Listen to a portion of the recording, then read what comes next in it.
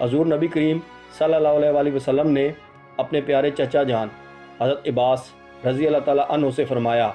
اے میرے چچا جان، کیا میں آپ کو عطا نہ کروں، کیا میں آپ پر احسان نہ کروں کہ جب آپ یہ عمل کریں تو اللہ تبارک و تعالیٰ آپ کے گناہوں کو بخش دے اور آپ کے تمام صغیرہ گناہوں پر کلم عفو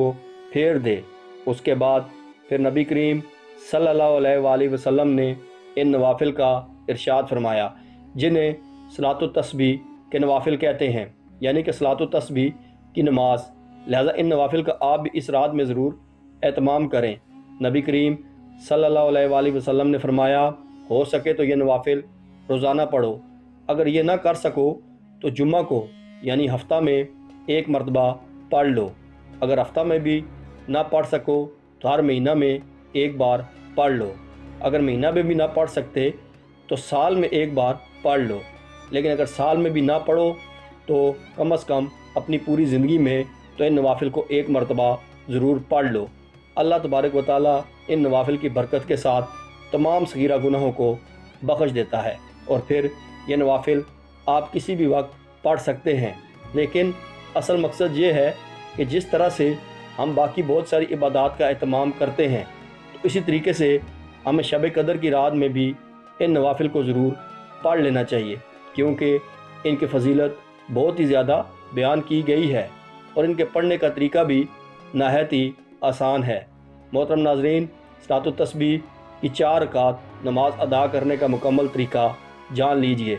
سب سے پہلے نیت کیجئے، میں نیت کرتا ہوں یا کرتی ہوں 4 رکعت نفل صلاۃ التسبیح کی واسطے اللہ تبارک و تعالیٰ کے منہ خانہ کعبہ کی طرف۔ اللہ اکبر۔ نیت کو دل میں بھی کر سکتے ہیں، کوئی حرج نہیں اور بالکل درست عمل ہے۔ نیت کر کے اللہ اکبر کہنے کے بعد ہاتھ باندھ لیں اور ثنا پڑھیں۔ ثنا پڑھنے کے بعد 15 مرتبہ یہ تسبیح پڑھیں، سبحان اللہ والحمد للہ ولا الہ الا اللہ واللہ اکبر۔ یہ صلاۃ التسبیح کے نوافل کی تسبیح ہے، اور کہاں پر کتنی تعداد میں یہ پڑھنی ہے وہ یہاں بتایا جا رہا ہے۔ مکمل توجہ سے ساتھ فرما لیجئے۔ سب سے پہلے نیت کریں، پھر تکبیر تحریمہ یعنی اللہ اکبر کہنے کے بعد ہاتھ باندھ لیں، پھر ثنا پڑھیں، اس کے فوراً بعد 15 مرتبہ تسبیح پڑھیں، اس کے بعد تعوذ اور تسمیہ یعنی اعوذ باللہ اور بسم اللہ پڑھیں، پھر سورہ فاتحہ پڑھیں، پھر دوسری جو بھی سورت آپ پڑھنا چاہیں، اس کے بعد 10 بار دوبارہ سے نوافل کی تسبیح پڑھیں، پھر اللہ اکبر کہہ کر رکوع میں جائیں، رکوع کی 3 بار تسبیح سبحان ربی العظیم پڑھنے کے بعد 10 مرتبہ نوافل کی تسبیح پڑھیں، یعنی سبحان اللہ والحمد للہ ولا الہ الا اللہ واللہ اکبر، پھر سمیع اللہ لمن حمیدہ کہنے کے بعد رکوع سے اٹھنے کے بعد قیام میں ربنا لک الحمد پہلے پڑھیں، اس کے بعد 10 مرتبہ پھر سے نوافل کی تسبیح پڑھیں، پھر اللہ اکبر کہہ کر سجدہ میں جائیں، سجدہ کی 3 تسبیح یعنی سبحان ربی الاعلیٰ کہنے کے بعد 10 مرتبہ نوافل کی تسبیح پڑھیں، پھر اللہ اکبر کہنے کے بعد اٹھیں اور 2 سجدوں کے درمیان یعنی جلسہ میں بیٹھ کر 10 مرتبہ نوافل کی تسبیح پڑھیں، پھر اللہ اکبر کہنے کے بعد دوسرے سجدے میں بھی ویسے ہی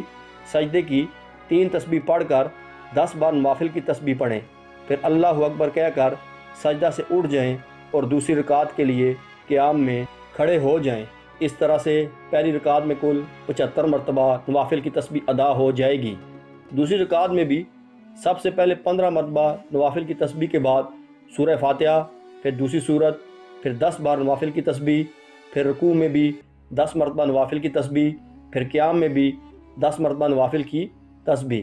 پھر سجدہ میں 10 مرتبہ، پھر جلسہ کی حالت میں 10 مرتبہ، پھر دوسرے سجدہ میں 10 مرتبہ نوافل کی تسبیح پڑھیں، اور پھر اتحیات میں بیٹھ جائیں، اتحیات پڑھیں، درود ابراہیمی پڑھیں، دعا پڑھیں اور پھر اللہ اکبر کہہ کر اٹھ جائیں۔ تیسری رکعت ثنا سے شروع کریں جیسے پہلی رکعت کی تھی، اور بالکل پھر سے پہلی اور دوسری رکعت کی طرح ہی تیسری اور چوتھی رکعت مکمل کریں، پھر اتحیات میں بیٹھ جائیں اور اتحیات کے بعد درود شریف اور دعا کے بعد سلام پھیر لیں۔ جب آپ 4 رکعت نماز نوافل یعنی صلاۃ التسبیح پڑھ چکے ہوں گے تو اس کی ہر رکعت میں 75 بار نوافل کی تسبیح پڑھ چکے ہوں گے۔ اور یوں یہ تسبیح 300 مرتبہ مکمل ہو چکی ہوگی۔ یہ 4 رکعت صلاۃ و تسبیح پڑھنے کے بعد جتنا زیادہ ہو سکے درود شریف پڑھیں، دوسرے ذکر و اذکار کریں، کلمہ طیبہ یعنی لا الہ الا اللہ پڑھیں۔ آخر میں یہ بھی جان لیجئے کہ لیلۃ القدر کیسی ہوتی ہے، یعنی لیلۃ القدر کی کیا نشانی ہوتی ہے۔ صالحین کے تجربات کی روشنی میں یہ بات معلوم ہوتی ہے کہ اس مخصوص رات میں فرشتوں کے نزول کی وجہ سے ایک خصوصی راحت اور سکون محسوس ہوتا ہے، دلوں پر رخت طاری ہوتی ہے۔ اس مخصوص رات کی صبح کو جب سورج نکلتا ہے تو وہ چاندنی کے چاند کی طرح بغیر کرنوں کے ہوتا ہے۔ اس رات میں زیادہ سردی یا گرمی کا احساس نہیں ہوتا، بلکہ یہ رات انتہائی معتدل ہوتی ہے، اور جو بندہ اس رات میں خلوص کے ساتھ اللہ تبارک و تعالیٰ کی بارگاہ میں پیش ہوتا ہے، اسے معمول سے ہٹ کر ایک عجیب سا کیف و سرور محسوس ہوتا ہے، اس پر ایک وجدان کی سی کیفیت طاری ہوتی ہے۔ حضرت عبداللہ ابن عباس رضی اللہ تعالیٰ عنہ فرماتے ہیں کہ ایک بار حضرت عمر فاروق رضی اللہ تعالیٰ عنہ نے صحابہ کرام رضوان اللہ عنہم اجمعین سے شب قدر کے بارے میں سوال کیا تو سبھی صحابہ کرام نے مختلف جوابات دیے۔ پھر آخر میں حضرت عمر فاروق رضی اللہ تعالیٰ عنہ نے بذات خود ارشاد فرمایا کہ آخری عشرہ کی 7ویں رات یعنی 27ویں کی شب لیلۃ القدر ہوتی ہے، کیونکہ اللہ تبارک و تعالیٰ کا پسندیدہ عدد 7 ہے کہ اللہ تبارک و تعالیٰ نے 7 آسمان پیدا فرمائے، 7 زمینیں پیدا کیں، اس طرح سے انسانی تخلیق کو بھی 7 مراحل میں مکمل کیا۔ لہذا ہر مسلمان کو چاہیے کہ شب قدر کی فضیلتوں، رحمتوں، برکتوں اور سعادتوں کو حاصل کرنے کے لیے زیادہ سے زیادہ قیام کرے، زیادہ سے زیادہ عبادت کرے، زیادہ سے زیادہ اللہ تبارک و تعالیٰ کو راضی کرنے والے بن جائیں۔ اللہ تبارک و تعالیٰ سے دعا ہے کہ ان تمام باتوں پر عمل کرنے کی طاقت عطا فرمائے اور شب قدر کی رحمتوں سے بہرہ مند ہونے کی توفیق مرحمت فرمائے۔ آمین یا رب العالمین۔